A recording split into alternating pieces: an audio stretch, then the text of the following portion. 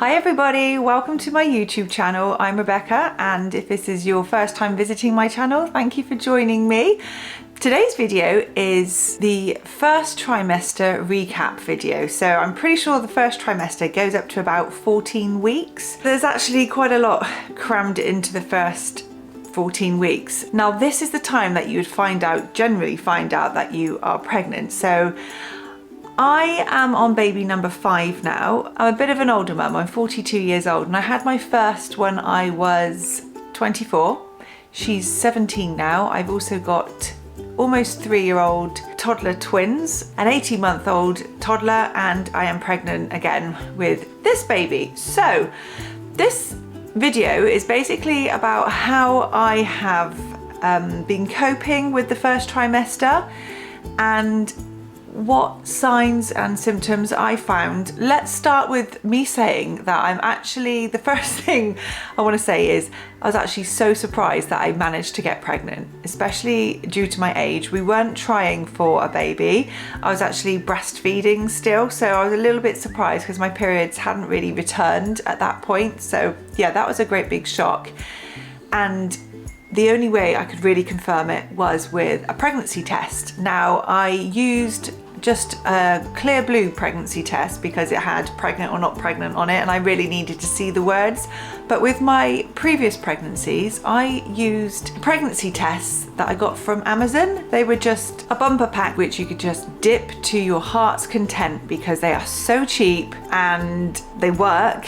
What I will say now, so I don't repeat myself all the way through the video, everything that I mention I will link in the description box below. So I believe I found out I was pregnant around about 5 weeks, or it could have been about 9 weeks. I didn't really know. As I said, I was breastfeeding and my periods hadn't really come back, not at all properly. So I was a little bit, well, in fact, I wasn't a little bit, I was completely unsure of how far along I was. So yeah, I did the test and it came up saying 3+. So I was at least 5 weeks pregnant. And to be fair, I was wondering if it was going to be twins again, as I'd already had twins. So I contacted my local maternity unit. It's the same hospital I have used with all of my pregnancies.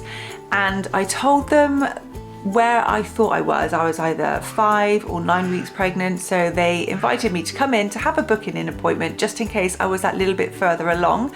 And they also sent me for a scan as well because it would have been pushing 12 weeks. At my midwife appointment, she did all the usual checks. So my height, my weight, ask if I smoke, just general things like that.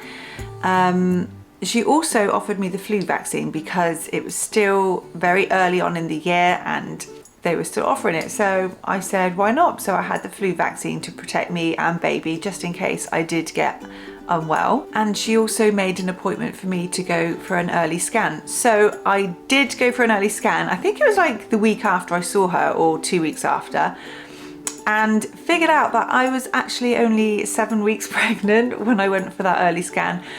So that meant I get to see my baby again at my 12-week scan, which is perfectly fine by me. But also at that point, we found out we were just having one baby as well. But that's happened to me in the past. I had a scan at 7 weeks and this showed up one baby, and I had another scan at 10 weeks, which was still one baby. And then I had just another scan at 12 weeks and there was twins in there. So yeah, we didn't hold our breath that it was just one baby, even though what happened to me was extremely rare. I'd actually conceived 3 weeks after I'd already conceived. I've made some videos on that pregnancy. If you wanted to check them out, that's in the description box as well. But because I was only about 5 weeks, when it got to 12 weeks, I found that that time then just went so slow. Yeah, it just dragged. It really, really did. And we decided, like we had done in our other pregnancies, not to tell anyone about it until we got to 12 weeks. We had the scan and everything was fine. So that's something that I struggled with quite a bit, was hiding it, basically. Hiding the fact that I was pregnant again. Because I say pregnant again, I was a bit concerned how people would react towards us because I'm a bit older. We would have 4 children under the age of 3 years, and people react in different ways, don't they? Some people can have comments which are nice and some people can have comments which aren't so nice. So yeah, that did play on my mind for me quite a bit. And also because I'd not long had a baby, my bump started to show quite early on and I was trying to keep that hidden. So by the time I got to my 12-week scan, you could see I clearly had a bump there. I did have to start using clothes which were slightly bigger because like my leggings and stuff were quite tight around my stomach.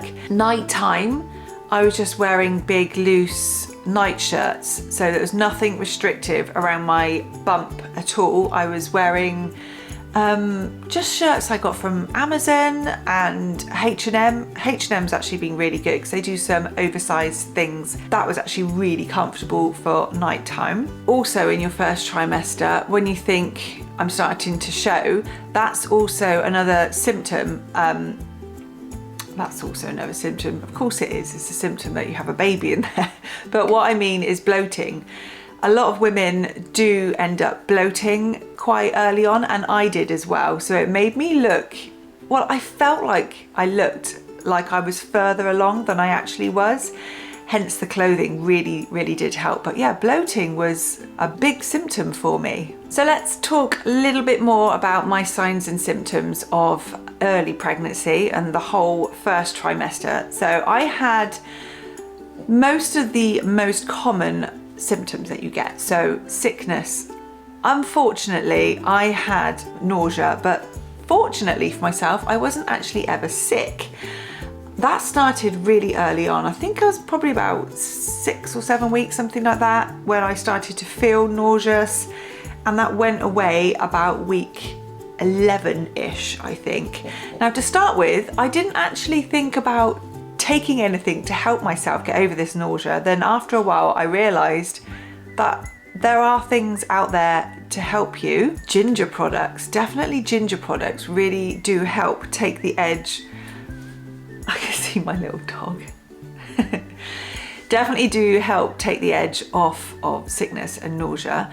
Also tiredness. I suffered massively with tiredness to the point where it was starting to really, really get me down. I was starting to feel really low. My mood was not great. I mean, with sickness anyway, that brings you down, or nausea will bring you down and make you feel absolutely rubbish. But being so tired, fatigue, it was something that I really, really struggled with. Luckily, my partner works from home, so he did try and take some time out to look after the children so I could try and nap in the afternoon. But that mixture of trying to nap, you can hear the kids, it's really hard. So yeah, that's two of the main big symptoms. I'd wake up in the night and I would just be hungry and I'd think, okay, I need something to eat. I'm really tired. I need to get back to sleep. So I used to have midnight snacks. This is just great. Have something by the side of your bed so you could just eat something that you know you are going to enjoy and will probably help. My biggest foods that really did help me was satsumas. I used to like drinking orange juice and I used to like having milk, so I'd always make my way down to the kitchen at night time, have some milk, have a banana, just things that's going to help me, and then I will try and go back to sleep. But quite early on in my pregnancy, I also started to develop round ligament pain, which is a pain that literally goes around your bump or where your bump's going to be. Sometimes it can sit further on down. It's basically your ligament starting to stretch and relax to allow your bump to start growing. And some people feel that pain and it can be quite uncomfortable. And something that can really help relieve that uncomfortableness at nighttime is sleeping with a wedge. If you slept with the wedge from quite early on, your bump will start growing with the wedge. Well, one of the very first things that made me think that I was pregnant was cramps. Now, I was feeling like obviously low down, these crampy pains. It wasn't quite period pains, but it was definitely something was going on. And I suffered with these cramps for a good few weeks. But to me, I actually liked having them there because it let me know that things were developing and growing well. And when your bump, I guess, starts, or uterus starts getting bigger. It starts to lift out of your pelvis and you don't feel so many of these cramps, but then I guess that you then start feeling the round ligament pain. And also my boobs had started to change. I could feel like they were tingling, they were sore to touch. At night time, I struggled with them, so I was sleeping with a maternity bra. They're so comfortable. It's not wired at all. I'm trying to think who makes the ones I use. Is it Medela? If you can see that. I'll link this in the description as well. Yeah, it's just a sleep bra, it's a crossover. So you can actually end up feeding in that. If you do choose to breastfeed, you can feed in that. And I use them for my previous pregnancies as well. And I actually found that they are actually really easy to insert the breast pads and change them quite quickly if you do choose to breastfeed. I was feeling like I needed to wee more. I did read up on this and there was a few reasons for it. One of it was just general pregnancy. Apparently you can just end up weeing more. Another reason is that the uterus would start pressing down on your bladder, and when it lifts slightly you don't get so much of an urge. But I seem to have needed to wee more all the way through my pregnancy, and that might be down to the fact that I have actually been consuming quite a bit of water, because I feel like I need more water, which was good because I was also unfortunately suffering with constipation, which most pregnant people do unfortunately suffer with. For about 6 weeks I was just generally feeling really rubbish. I ended up having some skin breakouts as well, mostly like around my mouth, which I believe are hormonal, so that would make sense. But that does start to ease off after a while, and it wasn't for my entire first trimester either, just like the first 2/3 of it, I guess. It was about 11 weeks where things started to feel so much better for me, and I did just generally start to feel so much happier as well. And I think that's because things had started to ease off, like the tiredness and the sickness and just feeling just generally rubbish. Things like my sleep issue, that didn't go away. Started to get lower backache and also restless leg syndrome. I feel like I've ticked absolutely every symptom you can think of. Like I feel like I've just going through the checklist. Yeah, I've got this, yeah, I've got that. But unfortunately, that's what actually happened. And I felt when I was getting these restless legs, when I was in bed, it's usually at night time, if I'm doing the cycling movements when you're in bed, that actually really does help ease. I would also get wacky dreams. My dreams would be so weird, I couldn't make any sense of them. Sometimes I'd wake up and I completely forget about them, but sometimes these weird vivid dreams would haunt me all day. I know that's actually quite a big symptom of pregnancy as well. Maybe it was because I was getting so hot at night. I don't know. My body temperature definitely rose and I was feeling really, really hot. I had to have a floor fan blowing on me during the night, and that has been an absolute godsend. I would highly recommend one. Even the humming noise of the fan, I mean, the one I had wasn't very loud at all. It had a nice gentle hum. All of that kind of like helped ease my nights that little bit more. Medication wise, I just took the Pregnacare multivitamin for pregnant women. There's lots of different types of ones you can get. You can get the max one, and then after pregnancy you can get breastfeeding, you can get ones trying to conceive a baby, but I just used the Pregnacare standard original tablets, which you take every single day throughout your pregnancy, and it gives you the right amount of everything that they say that you need for your pregnancy. When I went for my 12-week scan, we're still in the first trimester here, so I went for my 12-week scan.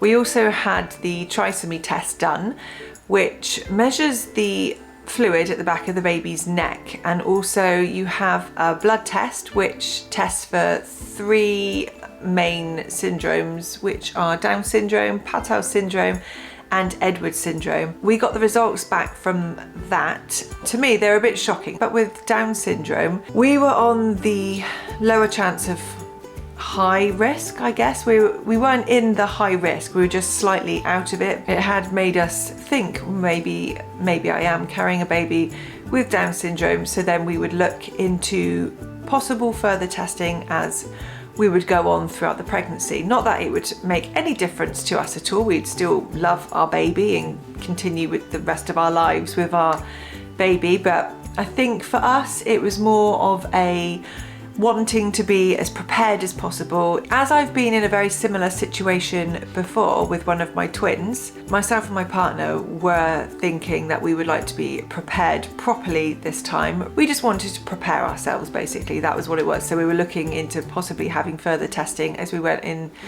through our pregnancy. Sorry, that was a very long-winded way of me getting all that out. So I'm pretty sure that's all of my signs and symptoms of the first trimester. But I guess there are other things to a trimester than just signs and symptoms. Things that played on my mind was like the house dynamics. Where's everyone going to be? I mean, is the house going to be big enough? And also things like, am I going to be good enough? I'm going to have 5 children. 5 people are going to depend on me. I have beat myself up about it for quite a while, thinking, am I going to be able to spread myself out enough and give everybody what they need? I like to think that I'm able to do that right now with the 4 that I've got. So I'm hoping when this one comes along, that will just be the same case. And I know we shouldn't beat ourselves up so much. I don't know what I'm trying to say here. I think it's just something that plays on my mind sometimes. But I'm feeling so much more positive now. I'm not in my first trimester anymore, and all those thoughts have kind of started to disappear a little bit. And yeah, I do feel so much more confident, I guess, the further on I get into my pregnancy. I am so excited to meet this little one who is due in autumn or fall, depending on where you are in the world. But that is the end now of my first trimester recap. I hope you enjoyed this video. Please give me a great big thumbs up if you did. And if you haven't subscribed yet, I would love it if you were a subscriber and follow along with all my pregnancy content and all the other content that I'm going to make as well.